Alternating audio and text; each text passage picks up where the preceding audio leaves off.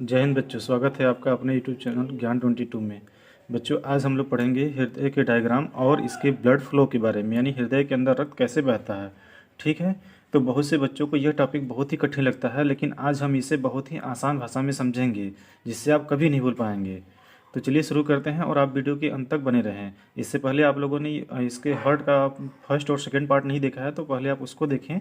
और जिसके बाद ये वीडियो देखने पर आपको बहुत ही आसान भाषा में समझ में आएगा और जल्दी समझ में आ जाएगा। ठीक। तो बच्चों, इसको समझने से पहले हम लोग समझते हैं थोड़ा सा इसके कॉन्सेप्ट के बारे में।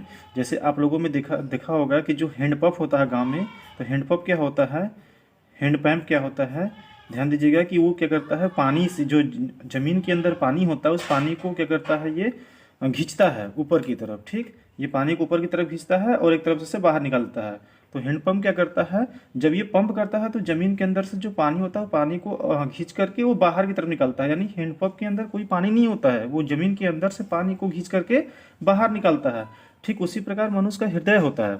मनुष्य का हृदय क्या करता है कि एक बार शरीर के सभी जगहों से रक्त लेता है, और रक्त लेने के बाद देता है फेफड़ा को, फेफड़ा से फिर लेता है, फिर क्या करता है, फिर हृदय लेता है, और हृदय से लेने के बाद फिर शरीर के सभी भागों को दिखता है।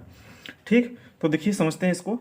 तो ध्यान दीजिएगा, हम लोग समझ चुके थे कि शुद्ध रक्त अशुद्ध रक्त क्या होता है, यानी इनप्योर ब्लड क्या होता है। ऐसे ब्लड जिसमें CO2 यानी कार्बन डाइऑक्साइड की मात्रा तो अधिक हो, परंतु कार्बन डाइऑक्साइड की मात्रा कम हो, तो ऐसे रक्त क्या कहलाते हैं, इनप्योर ब्लड कहलाते हैं, मतलब अशुद्ध रक्त कहलाता है।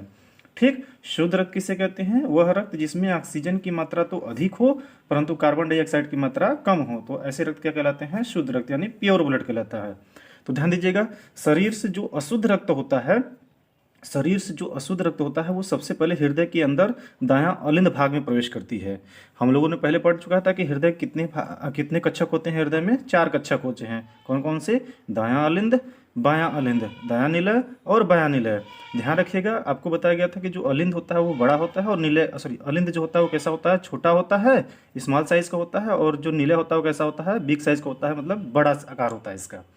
ठीक। देखिए, अलिंद जो दायां अलिंद होता है, यानी कि राइट साइड जो होता है, इसमें केवल अशुद्ध रक्त होता है, यानी कि दायां अलिंद दायां निलय में अशुद्ध होता है, बायां अलिंद और बायां निलय में शुद्ध होता है। कैसे होता है, देखिए आज समझते हैं। सबसे पहले जो अशुद्ध रक्त होता है, मतलब इनप्योर ब्लड, सबसे पहले हृदय के अंदर दायां अलिंद भाग में प्रवेश करती है, और हृदय के अंदर छोटे छोटे डब्बे होते हैं, मतलब छोटे छोटे दरवाजे बने होते हैं, जिन्हें हम लोग वाल्व कहते हैं या कपाट कहते हैं। वो कपाट ऐसे होती हैं, जब इनमें रक्त का दबाव बढ़ता है तो दायां कपाट जो होती हैं, यानी जो वाल्व होता है, ये ओपन हो जाती है, और दायां अलिंद से जो अशुद्ध रक्त होता है वो दायां निलय में चली जाती है। ठीक। जब हृदय यहाँ संकुचित करती है तो ये जो रक्त होता है, यानी अशुद्ध रक्त जो होता है, इनप्योर ब्लड जो होता है, वो कहाँ चला जाता है, फेफड़े के पास चली जाती है। यहाँ पर ये रक्त नलिकाएं होती हैं, यहाँ पर इससे आती हैं, फेफड़े के पास चली जाती हैं, और फेफड़े में हम लोग श्वसन प्रक्रिया के समय ऑक्सीजन इसमें ग्रहण किए रहते हैं। तो ये जो ऑक्सीजन होता है, ध्यान दीजिएगा, यहाँ जो फेफड़े में जो ऑक्सीजन इसे ग्रहण किए हैं, ये ऑक्सीजन क्या करेगा, यहाँ वायुकोष्ठ होती है, फेफड़े के वायुकोष्ठ होती हैं यहाँ पर, और ये वायुकोष्ठ विसरण प्रक्रिया के द्वारा यानी डिफ्यूजन प्रोसेस के थ्रू ये ऑक्सीजन क्या होता है, इसमें मिल जाती है। ठीक। इसमें ब्लड वेसल्स में ऑक्सीजन मिल जाएगी, और जो ब्लड वेसल्स में यानी रक्त नलिकाओं में जो CO2 होता है, कार्बन डाइऑक्साइड जो अधिक मात्रा में था, वो चला जाएगा फेफड़े के अंदर, और फेफड़े से जो ऑक्सीजन था वो ऑक्सीजन कहाँ चला जाएगा, रक्त नलिकाओं में, मतलब ब्लड वेसल्स में चली जाएगी। और ये रक्त नलिकाओं में, अगर यहाँ पर ये जो रक्त नलिकाएं जाएंगी इसके पास से, यहाँ से जो रक्त जाएगी वो रक्त क्या होगा, शुद्ध रक्त, मतलब प्योर ब्लड।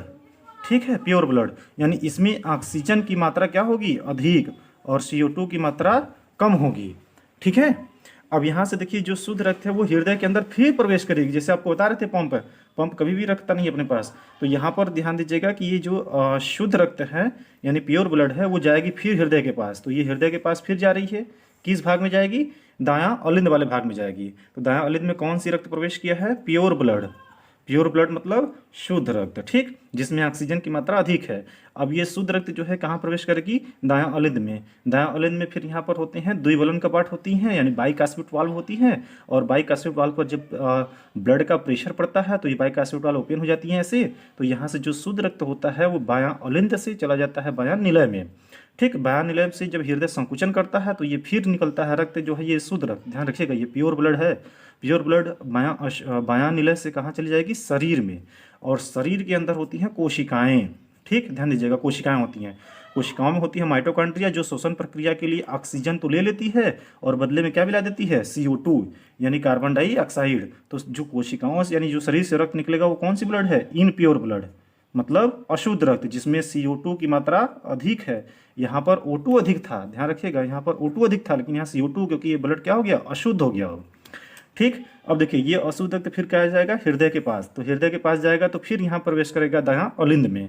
जब दायां अलिंद में प्रवेश करेगा तो फिर यहाँ पर कपाट रहता है, त्रिवलन कपाट रहती है, वाल्व होती है, वो ओपन हो जाएगी, चली जाएगी दायां निलय में।